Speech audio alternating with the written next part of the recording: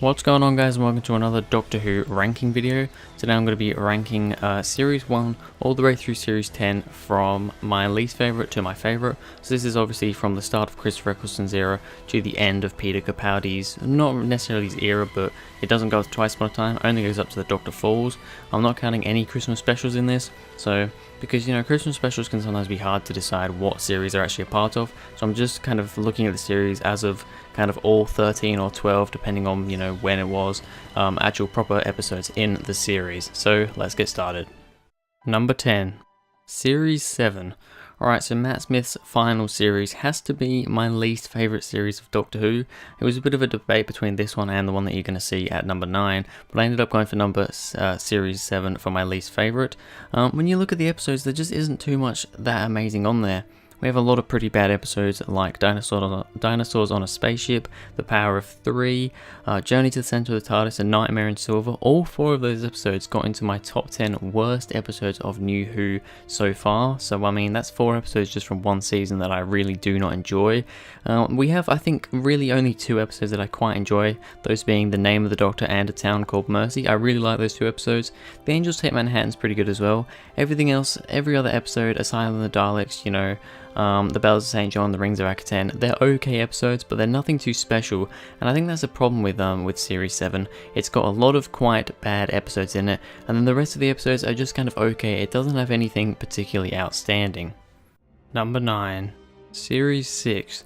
So Series 6 actually was originally at number 10 on this list. However, when making this video, I looked through all the episodes on each of the series, and I actually decided that Series 6 does come slightly higher than Series 7 for me. I mean, we have the whole arc of this is basically the Doctor's death.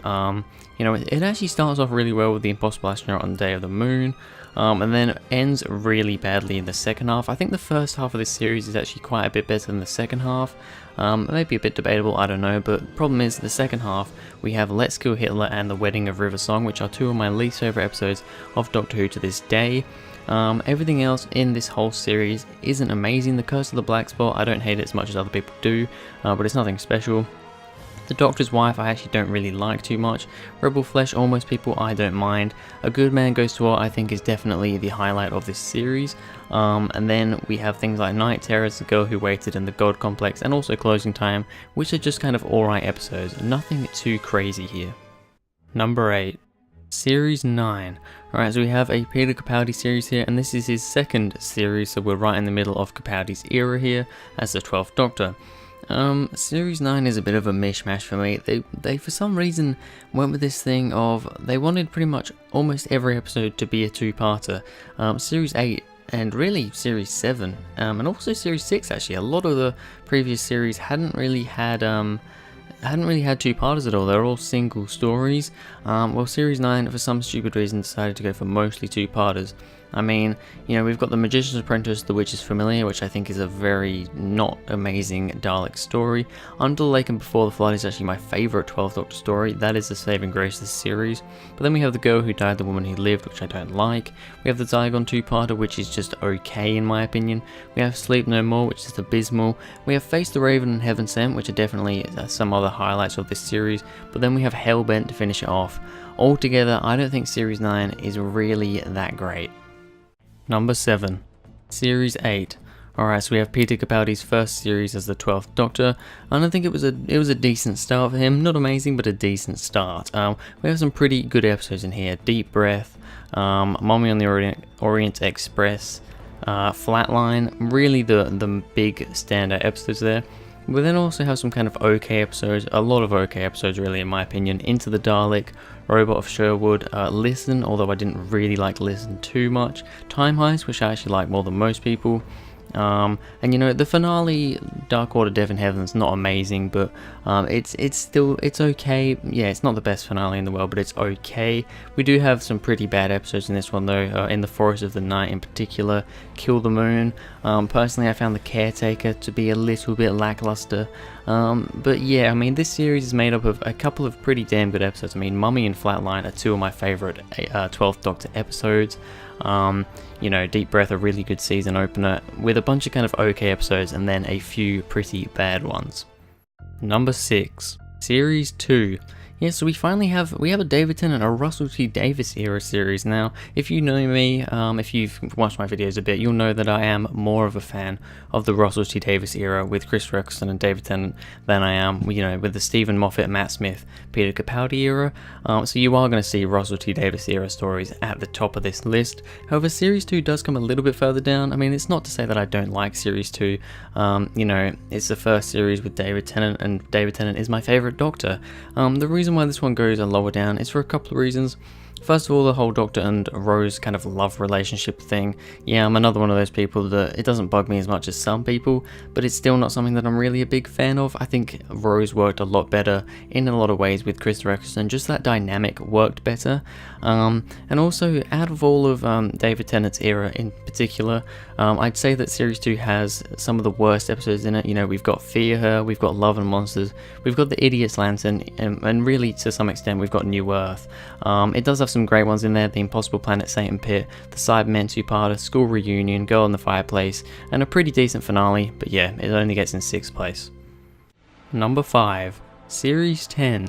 Alright, so we have the most modern series of Doctor Who so far, Peter Capaldi's final full series, Series 10. Now, I think Series 10 is by far Peter Capaldi's best series. We have some great stuff in there. I mean, the pilot's a pretty good starter. We have Thin Ice, Knock Knock, Oxygen, which I really love them all. And then we have the amazing World Enough in Time and The Doctor Falls, which is a great finale, one of my favourite finales of all time.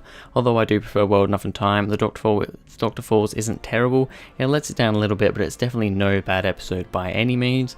It does drag it a little bit down because we do have episodes in there like Smile, which I actually liked more than I expected I would after hearing about the emoji bots, but really when you compare it to other episodes, Smile isn't that good. And then the whole Extremist, Pyramids at the End of the World, and Lie of the Land 3-parter Monk trilogy I don't like. Empress of Mars I actually didn't like as much on rewatch, and The Eaters of Light, which I actually did enjoy more on rewatch. It still isn't one of the best episodes. Number 4. Series 5. Alright, so we have Matt Smith's first series here, and the start of Stephen Moffat's era, which also now means that we have gone through all of Stephen Moffat's era of Doctor Who. He's at least made it to 4th place on the list, which I think is pretty nice considering I am a Russell T Davies fan. But yeah, I said that Series 10 is Peter Capaldi's best series by a long way. Series 5 is Matt Smith's best series by a really long way. Series 5 was a great series. It starts off with the 11 Hour, which is one of my favourite series openers of all time in Doctor Who.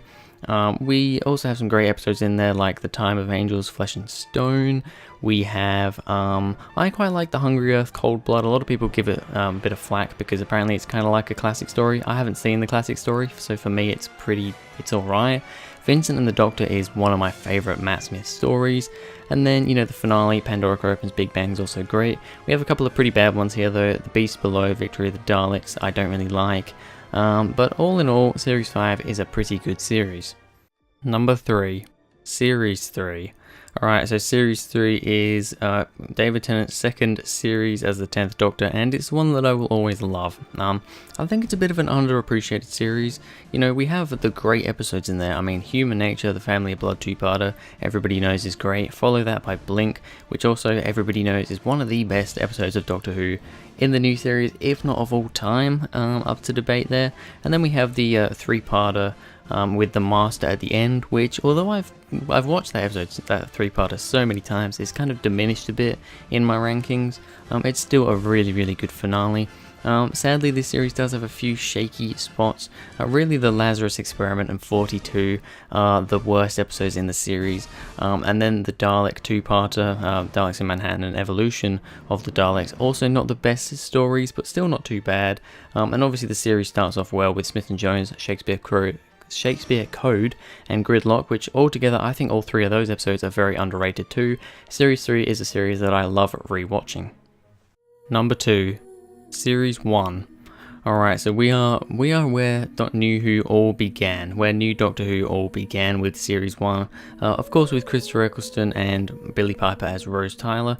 It's a shame that Chris Eccleston didn't do any more series of Doctor Who, but the one series he did do was a very good one. We have some really good episodes in here. I mean, the Empty Child and the Doctor Dances is amazing. Obviously, Dalek is just it's one of the best episodes of Doctor Who. It's such a good story, such a good introduction to the Daleks into New Who as well. And you know, we only get one Dalek in that story, but it works so well. And then Bad Wolf Parting of the Ways, I think, is a really good finale for this series as well. A really good send off to the Ninth Doctor. I mean, we have some not great episodes in here. I mean, we've got The Long Game, Father's Day, and Boomtown, which are the three that really come out to me as not being amazing. The Unique Dead, The Unquiet Dead, is also not an amazing story, but you know, it's not too bad. And altogether, I think Series 1 is a pretty solid series. Number 1, Series 4. Yes, we have Series 4 here, David Tennant's final full series. He obviously did go on to do some specials after this in his final year, but this was his final full series, and I think it was a really, really good one. We have Catherine Tate as Donna Noble, who is my favourite Doctor Who companion to this day. One, because she doesn't have a love interest with the Doctor like the previous two did, Rose and Martha, and altogether she's just a funny, good companion. She's just a great companion, Donna. And you know, and above that, this series is full of really good episodes. I mean, we start off with Partners in Crime, which isn't amazing, but it's not bad. We have The Fires of Pompeii, which is great. Planet of the U, which is pretty good. The Santoran two-parter, which I quite enjoy. The Doctor's Daughter, which a lot of people don't really like, but I actually quite like it. Unicorn and the Wasp, once again, pretty decent. We have The Silence in the Library and Forest of the Dead, which is a great two-parter introducing River's Song. We have Midnight, which I don't like as much as a lot of people, but it's still a good story, definitely. Turn Left is pretty damn good. And then we have the finale, which is my favourite Doctor Who finale thus far. So Series 4 takes it, I'd say, by quite a long way. Alright, so there we have it. That is my ranking for Series 1 to 10 of New Doctor Who, from my least favourite to my favourite. This video has been a bit longer than usual, I think. I wanted to spend more time talking about each one of these because, you know, when I do other videos talking about, you know, certain episodes or certain characters or whatever, you can kind of do it in that 40 to 50-ish seconds that I do. But I felt like today, talking about a whole series, I needed a bit more time, so this is going to be a longer video than usual. However, it's not going to be crazy long, hopefully. But yeah, what are your favourite Doctor Who series down below? How would you rank all 10 of these so far? And yeah, are you excited for Series 11 with Jodie Whittaker coming this year? Anyway, thank you guys very much for watching. If you enjoyed, please go ahead, like and subscribe, and I will see you guys in the next video.